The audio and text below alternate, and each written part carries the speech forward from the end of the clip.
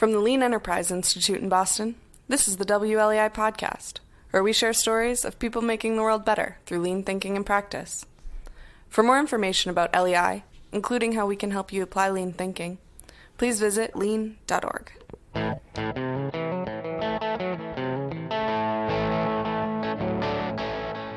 What is the best way to tackle complex problems?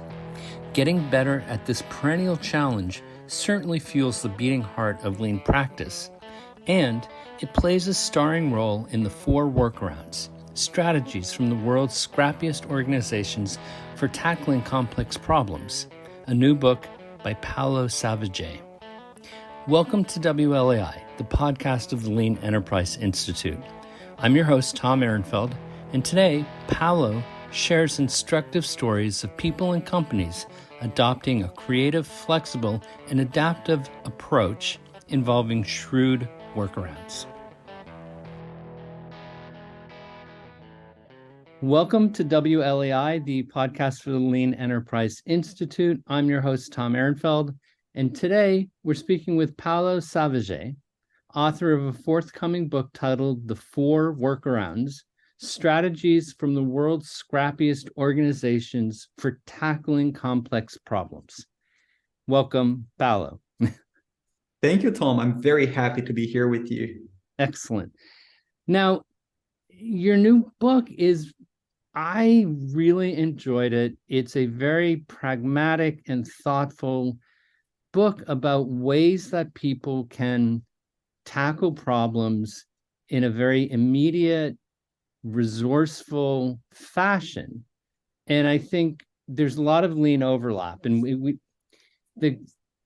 what I was struck by is the emphasis is often working backwards from an existing problem, that it's not all about the most ideal outcomes or best imagined ideal solutions, but rather it's using this wealth of cases and examples to say, okay, person X was in a situation and was frustrated or stymied and developed really thoughtful countermeasure approaches.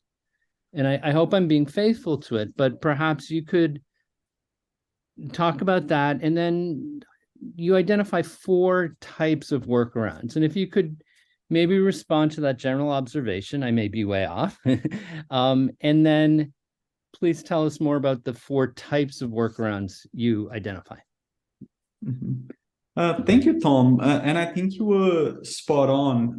The book is very focused on showing very creative, flexible, adaptive ways of tackling complex problems in ways that embrace uncertainty and that complexity. That you don't try to tame complexity, you embrace it, right? Like you make sure that you use resources sometimes in unconventional ways, and you benefit from what already exists to address problems differently and in very effective ways that create in ways as well that create very immediate outcomes. So that's the essence of the book. I would say that a workaround is it challenges the not only the ways we normally see problem solving, but also who should be solving these problems.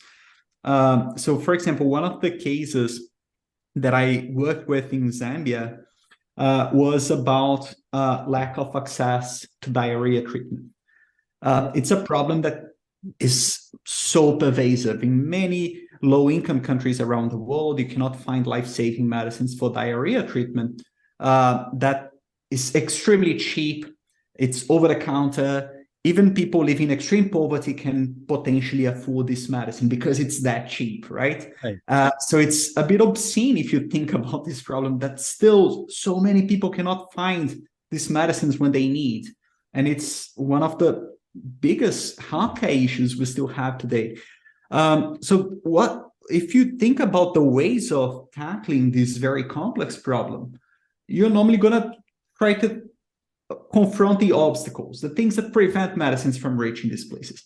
So if you confront this obstacle, you're going to say, hey, there's a lack of infrastructure, or the infrastructure is very poor, very difficult to improve. And of course, tackling this obstacle might be relevant. It may take years to be solved, and it requires a lot of resources. Many failures will arise as well when you try to do something very complex like this.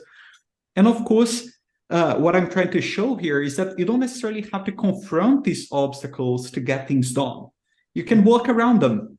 And the case in Zambia that I found fascinating. Which Zambia? Zambia. Zambia. Zambia, yeah, the country in Africa. Yep. This case shows an organization that instead of tackling the obstacle, they ask themselves, okay, we cannot find life-saving medicine, some of these life-saving medicines in remote regions, but you find things like Coca-Cola. So why can't we tap into the existing distribution of Coca-Cola and other fast-moving consumer goods to make this medicine available as well, right? You don't have to necessarily tackle healthcare problems with the healthcare solutions. You can benefit from fast-moving consumer goods, from a parallel system, work across silos, and work around these very durable, embedded constraints that prevent things to, medicines to be found. And this is a pattern that I identified across many cases around the world. You categorize this as piggybacking. It's the first of 4 types of workarounds where they and identified an existing structure that they could repurpose essentially to Exactly, yes. All the cases in this book show workarounds, but I found out that there are 4 core approaches, and this one is a case of piggybacking. So it means that you identify relationships that have not yet been explored. And some of these relationships might be very unconventional, like making medicines available by piggybacking on Coca-Cola's distribution chain is definitely not something very conventional, but it saved many lives, and it improved a lot the access of medicines in remote regions. And there are many other cases of piggybacking that I could offer. So, for example, in the financial sector, many companies that started by piggybacking on financial infrastructure to provide a rival service. So they kind of like piggyback on their rivals to create a service that works in that case, for example, that I use was a company called Wise, and they created a service to offer peer-to-peer international transfers. And for that, they piggyback on other banks, and they do that brilliantly, right? So there are many possibilities of tapping into these unexplored relationships. And these relationships can be with organizations that you may team up with, but may even be your rivals, your competitors. And one aspect of this that really intrigued me was this commonality among people using these approaches of tackling a very specific as opposed to a general and abstract problem. So later in the book, you kind of take a shot, rightfully, at consultancies that try to deliver big, grand solutions, when in fact, and this is a core lean idea, you often thrive when you break the problem down situationally. And just as lean believes that customers should pull value from the system rather than companies pushing it at the market, many of the kind of most interesting examples share this notion of being pulled, that they're responding to some situation, some problem that they know, and solve it, which enables them to kind of successively solve more problems. And I'm thinking of the individual who was shocked to find out how expensive it was to convert foreign currency, that the banks were taking 40%.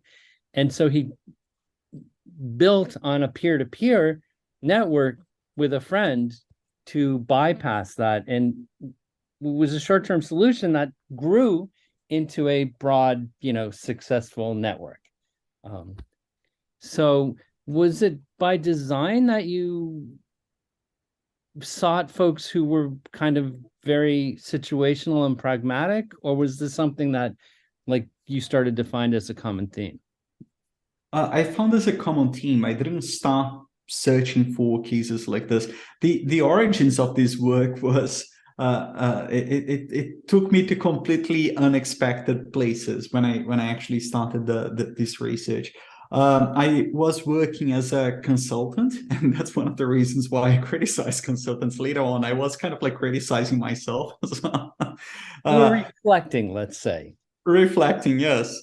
When working as a consultant and in many places that I had already worked, I worked consulting, for example, for a project that was in the Amazon with traditional populations, but also a project from the OECD and the World Bank, so more international setting, kind of high-end buildings, right? Instead of the middle of the forest, but also I worked with entrepreneurs in favelas and so on. So many different settings, large organizations, for-profit, non-profit. And I realized that many of the recommendations I was giving had similar sets of recommendations, like more coordination, more alignment.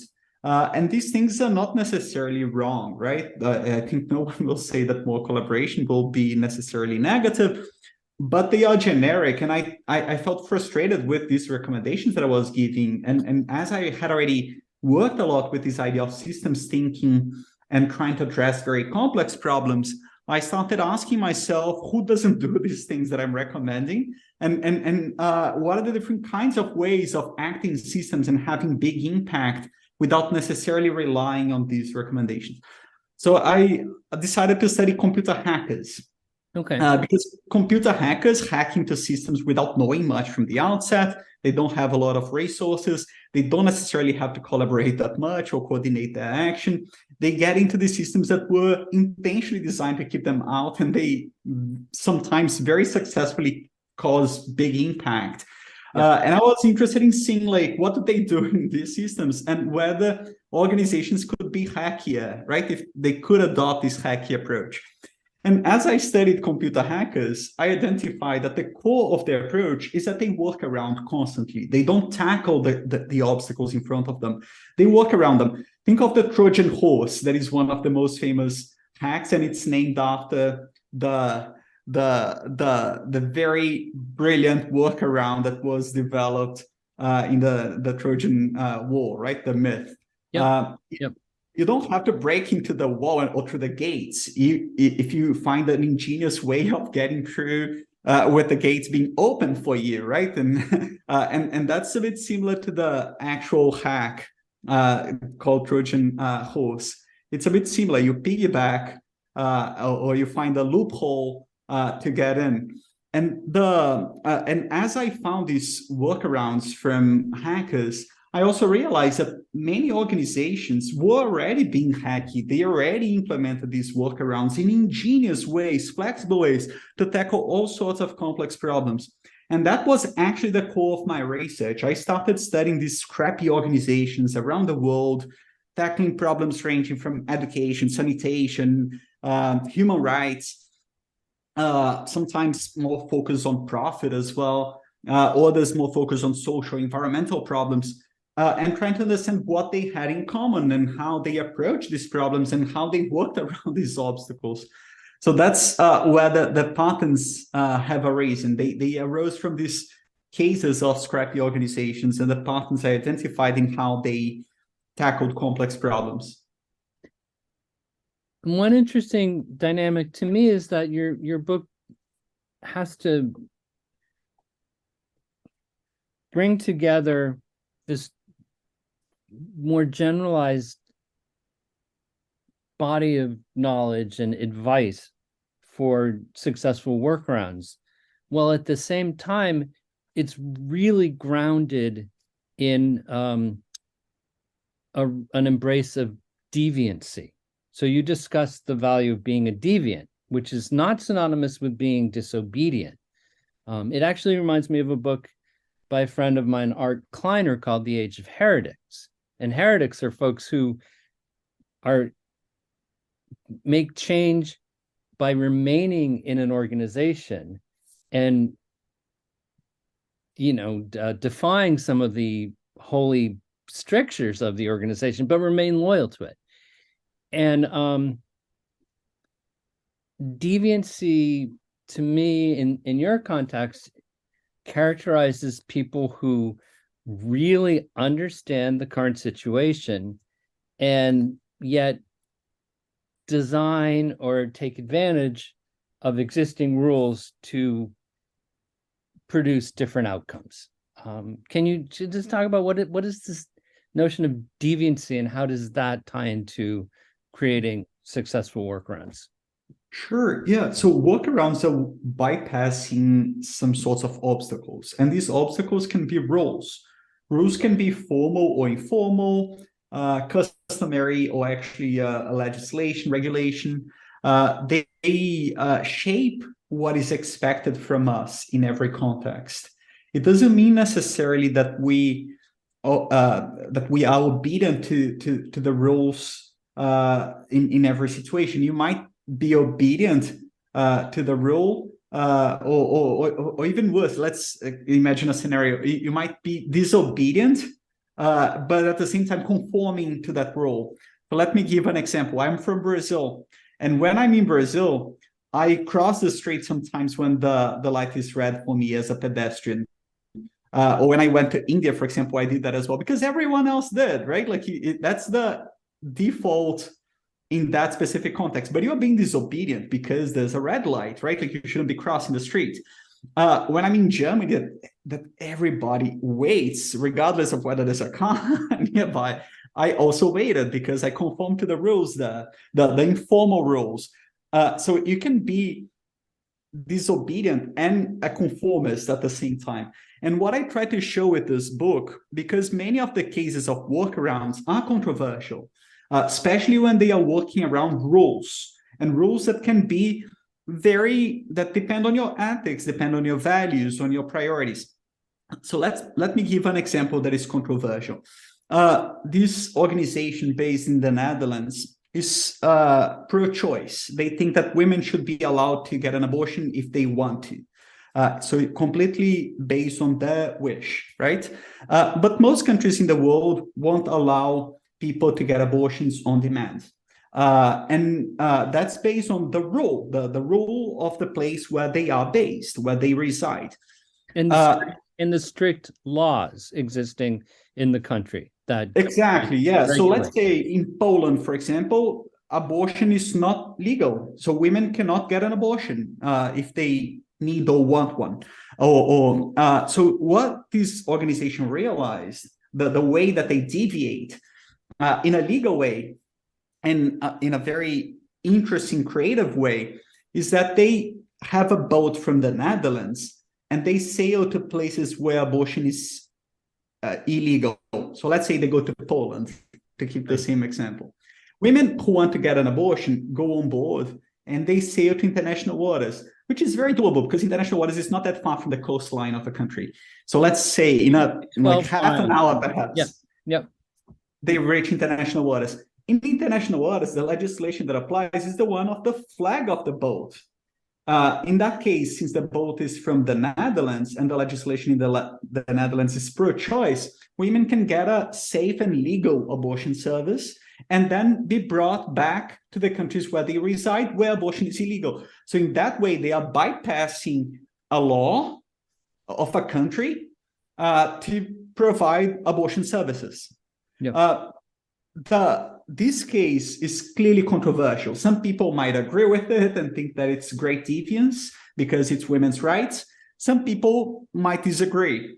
And I have many cases in the book that are controversial, that depend on ethics, people's ways of seeing things.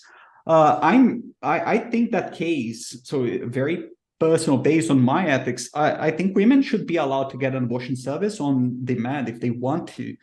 But I disagree with other workarounds, for example, that are used for not paying taxes or for perhaps sometimes in legal ways avoiding taxes. Because I think people should pay taxes, especially the rich, right? This depends on your ethics. The workaround as a method is very deviant. it's not necessarily disobedient, because you are not necessarily clashing against the rules. You are working around them in legal ways. And that's very powerful as a change-making mechanism, because you don't clash against the existing power structures or against the dominant rules. You find ways of working around them to get things done. And that's why the biggest word that came to mind reading the book and just reflecting on it is pragmatism. That it's always a very kind of practical, situational approach to A, deeply understanding the situation, and then B, unpacking the problem into ways of tackling, developing immediate countermeasures. And there are cases, though, where you show how breaking down a problem into very, very specific case can create immediate small change that sets the basis for larger change down the road, which is something you talk about with Ruth Bader Ginsburg and how she took a legal approach to basically challenging prevailing discriminatory laws. Can you explain that? Sure, yes. So you can think of workarounds as like ways of breaking down problems and in a very pragmatic, practical ways, getting things solved or get things done in resourceful and creative and immediate ways. But you can also start from resources and then refine problems. So the case I mentioned in Zambia was like that. They didn't necessarily start from the understanding that diarrhea was the medicine, but they realized that you don't find some basic medicines in remote regions, but you find Coca-Cola. And then they thought, what kind of medicine can we offer within this context, right? And to pursue this workaround. So it's not necessarily always breaking down the problem or reframing the problem. This can be very iterative as an exercise. And it was iterative, and even in the small moves they took once they landed on using the existing distribution network of Coca-Cola, you show how that led to them designing ways to include measuring cups and counteract existing regulations that pave the way for them to exploit this breakthrough strategy. Exactly, yes. And it's because of these iterations that one can stack workaround after workaround and build on these interventions in ways that perhaps you couldn't foresee from the beginning, right? Like you couldn't tell from the beginning where you would land. But it's because of these sequential steps that you didn't know from the outset that you might explore and identify possibilities for very transformative change. And the case of Ruth Bader Ginsburg, I find fascinating because you can see this large-scale transformation, which was triggered by a workaround, a brilliant workaround that she pursued with an association and with her husband, Marty Ginsburg.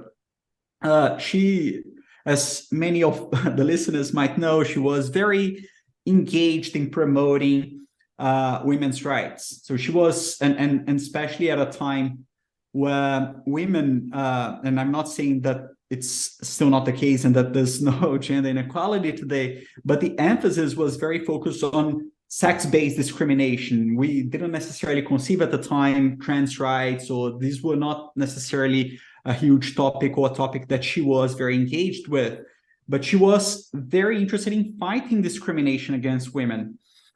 When she started doing that as a lawyer, before she became a Supreme Court justice, she tried to take some cases of women who had clearly been discriminated for the sex, but they were not recognized by judges who were men, because men thought that women were fragile and they were just being taken care of, right? So they were getting the best of two worlds. They were not necessarily being discriminated. That was a view that was recurrently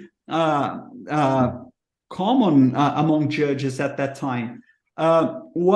So going through this route was very challenging, right? Like you gotta convince men that women were being discriminated when they thought that women were actually were benefiting from this system. So it's challenging stuff. What she did was with her husband and others, she found a case where a man had been discriminated for his sex.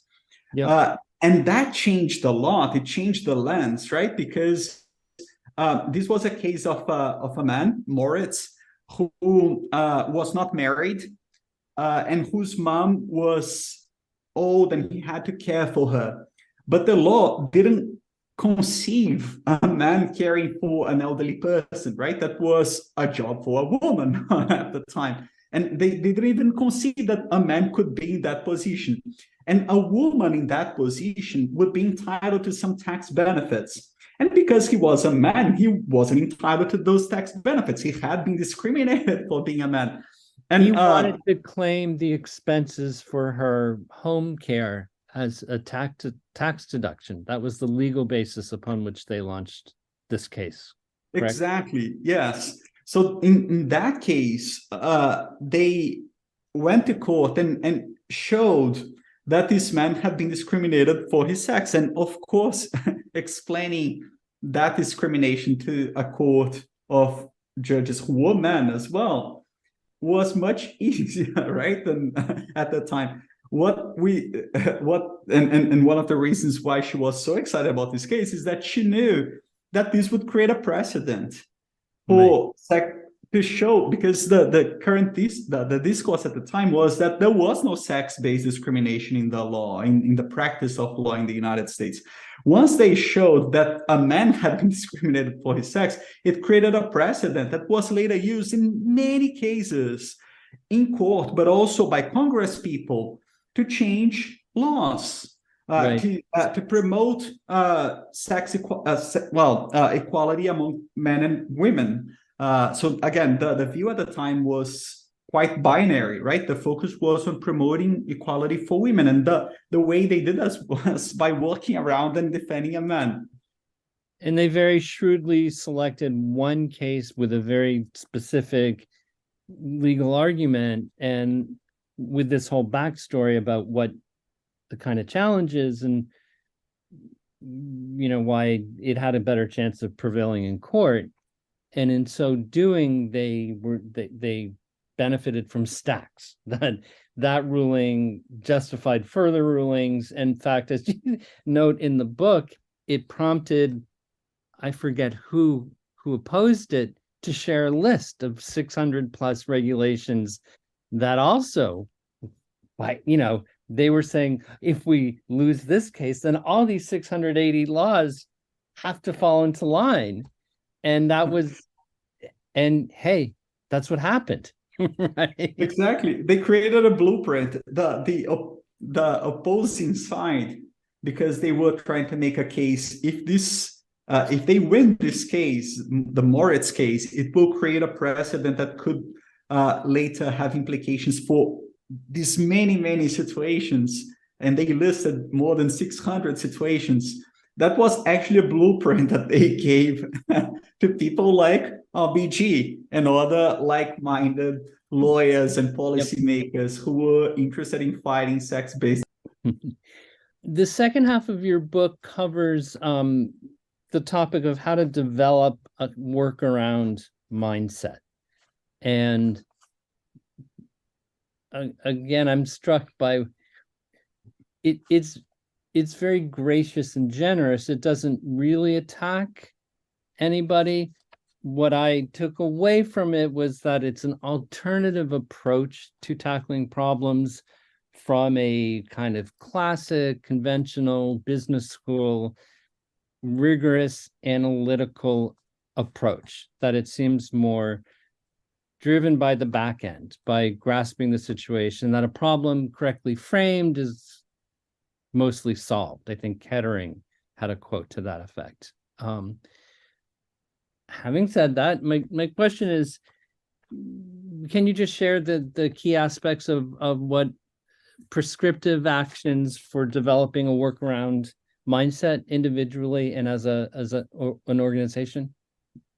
Sure. Yes. The first half of the book describes these four workarounds, combining many cases and spelling out the core features of each of these workarounds, what they use, what they benefit from, and the kinds of impacts they have.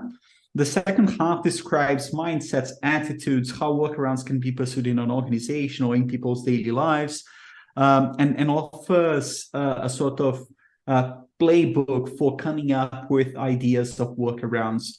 And the attitude is pretty much focused on how you can create this deviant mindset that is not disobedient, but it's showing how workarounds allow you to effectively deviate from the status quo in a way that is relatively low stakes and that can open up many opportunities for change later on.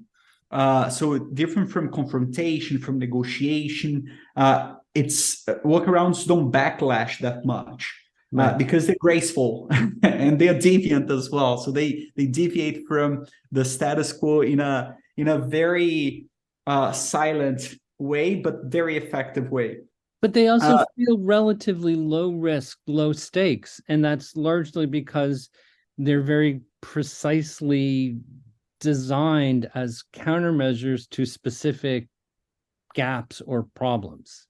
That's what feels. Yes, and instead of confronting them, you don't confront necessarily the most powerful actors, or you don't necessarily confront the rules.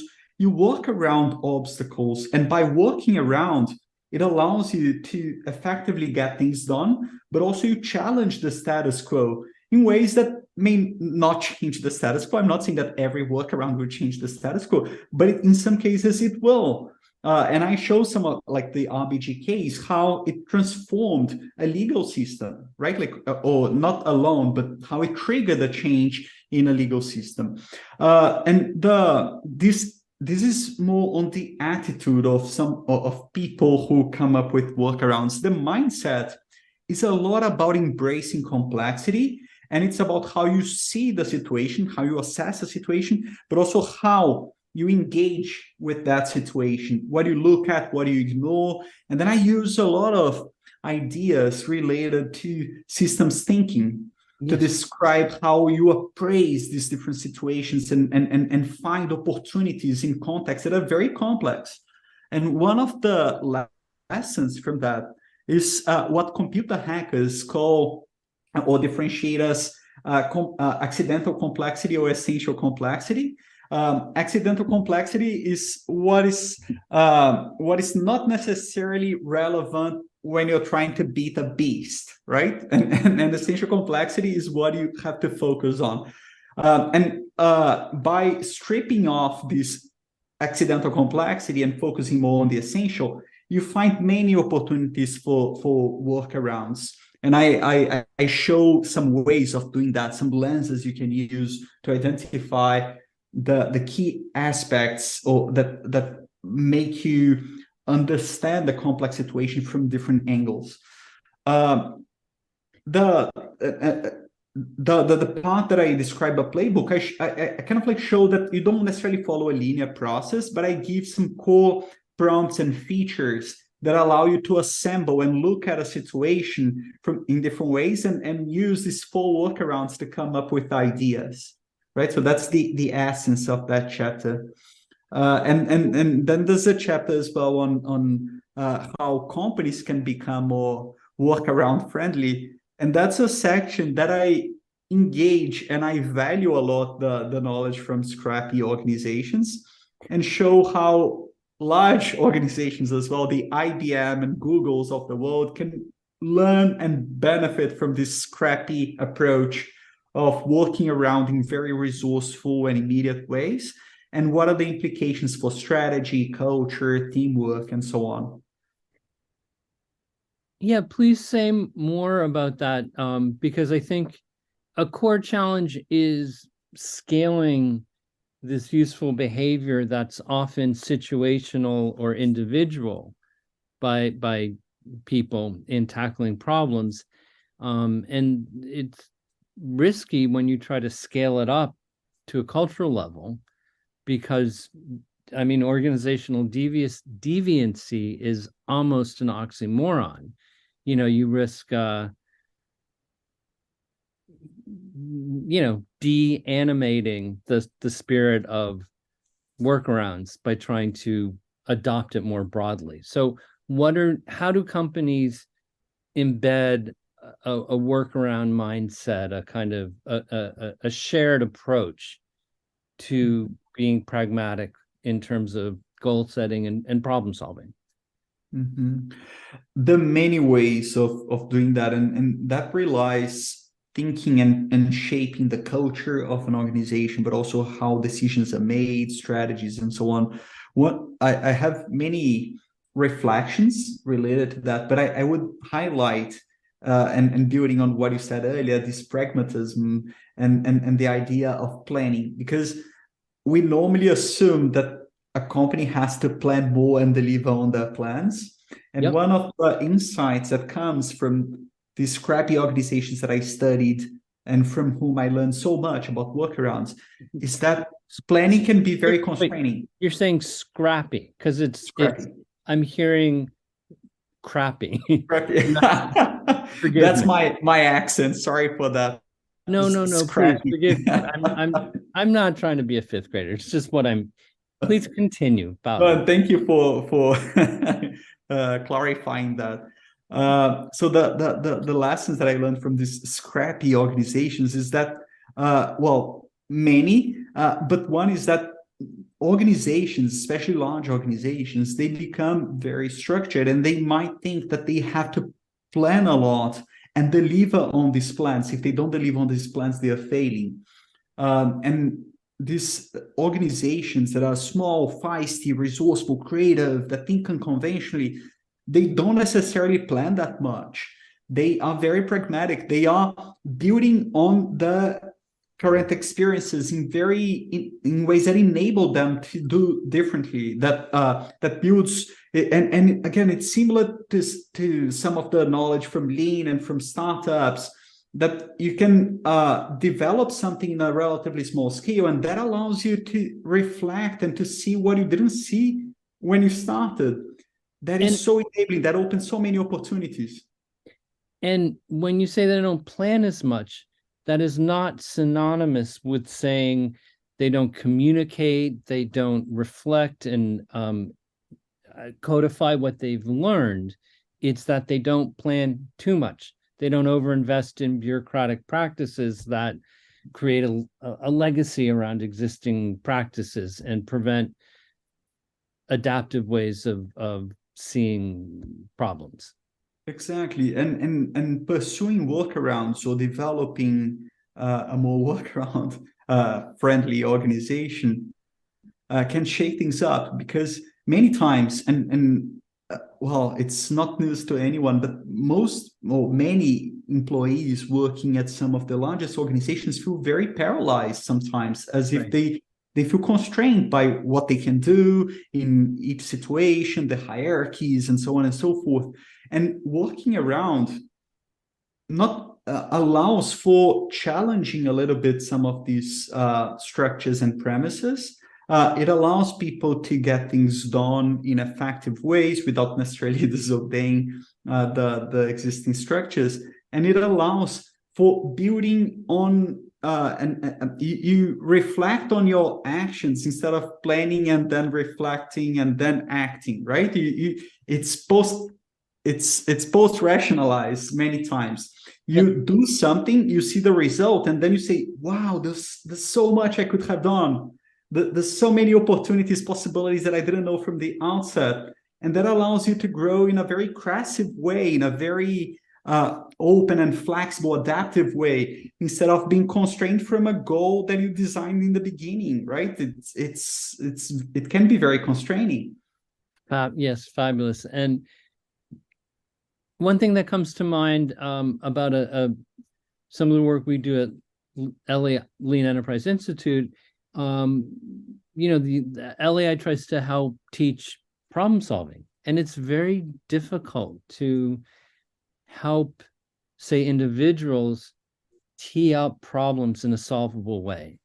One of our most popular books is called Managing to Learn by John Shook, and it shares a method developed at Toyota called A3 thinking, which is a very formalized approach to problem solving. It's not too static, but Toyota's created a kind of a structured storytelling where individuals are coached in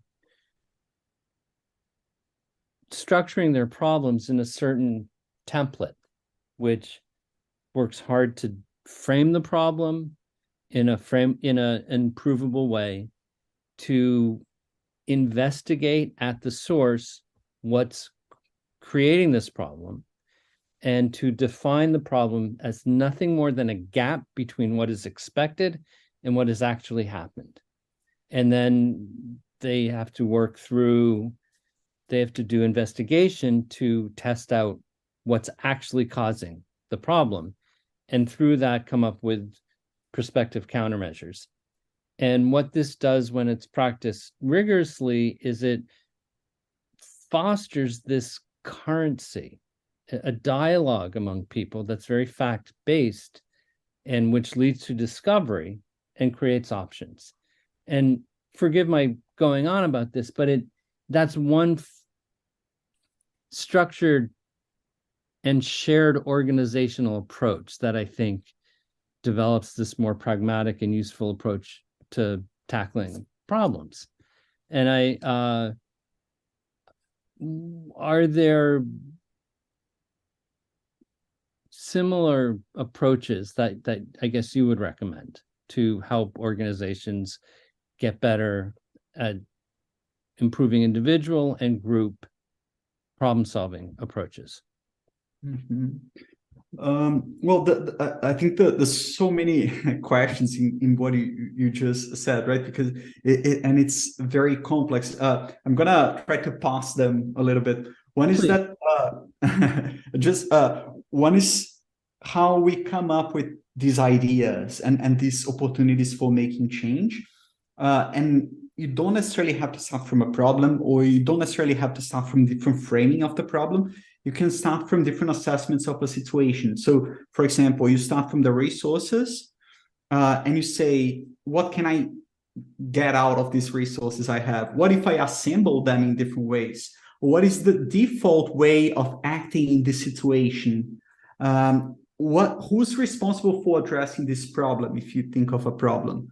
Or what is a default way of addressing that problem? What if I reframe the problem? Does it enable me to do things differently, or to approach it in a different way with these resources? So it allows you to connect many aspects or many building blocks of this ideation process of coming up with ideas for workarounds, for solutions, to especially in situations that are complex, that you can interpret them in different ways.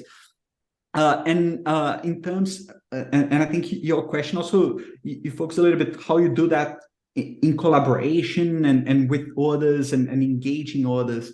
Yep. Some of the workarounds I showed in the book are very individual. Some are kind of like company-based or a larger organization.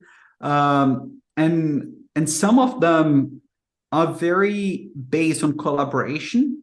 Others are not necessarily. Sometimes, and I sometimes say in my class that a workaround doesn't necessarily have to include everyone. It's not a people-pleasing solution. It's a way of getting things done. It's a way of addressing a problem, and especially a complex problem. So I don't necessarily see collaboration as intrinsically valuable. I think that it can definitely help you identify workarounds and address problems in super creative ways. But sometimes you might be working around your boss, right? You might be working around rules that are dictated by others, and you don't necessarily want to be noticed. I don't want to dismiss those. And I want to recognize the plurality of users for workarounds as well.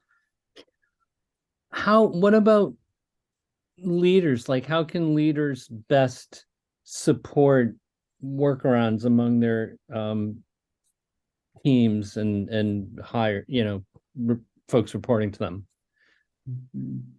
That's a question that I've grappled with a few times, and it's a bit challenging to think of different contexts and how leaders can, in a sort of like generic way. But some characteristics stand out when you think of leaders that promote these workarounds or a workaround friendly attitude. They normally are very adaptive, and they embrace uncertainty, embrace complexity in a way that they might offer to staff some guidance or some frames of reference, some indications, directions of possibility, but they are not scrutinizing constantly their work. They show possible directions in situations where there are multiple choices available and viable. But they don't necessarily constrain their creative power and interest and flexibility. So that's a way of leaders promoting workarounds and promoting individuals who will be best able to understand and address complex situations. I'll ask a final question, again, so our listeners remember, The Four Workarounds is the title of the book by Paolo Savaget. Strategies from the World's Scrappiest Organizations for Tackling Complex Problems. If a lot of people read the book and take these ideas to heart, what is your ideal impact of it? I really value the knowledge I got from this organizations, these very scrappy, not crappy organizations around the world. And I believe that this knowledge is applicable in our daily lives, in your daily routine, whether getting your exercise done or if you're going on a diet, right? Like from these very trivial situations, day-to-day activities that might improve our livelihoods or routines, but also things that can be very transformative.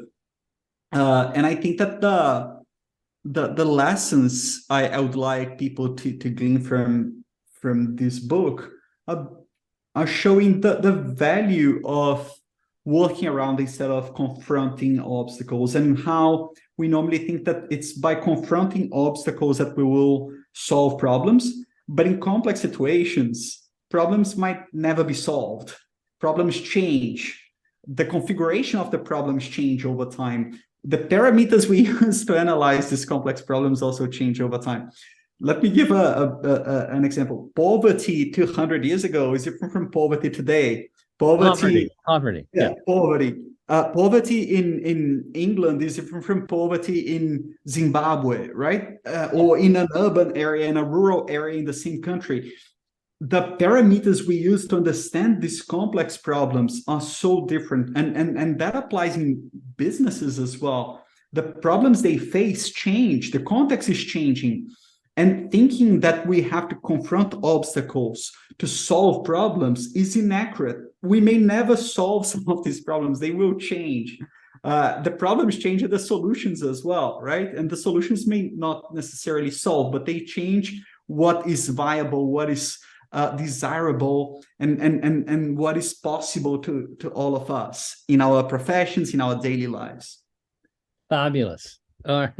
All right, Paolo, I want to thank you very much for joining us on LEI to talk about the Four Workarounds. Thank you very much. Thank you very much, Tom. This was a pleasure. A big thank you to Paolo Savaget for sharing stories and lessons, spotlighting a pragmatic approach to problem solving. Check out his new book, The Four Workarounds, which has just been released. I want to thank my producer, Matt Savas, for helping pull this podcast together. And of course, thanks to you, our listeners, for checking into this episode of WLEI.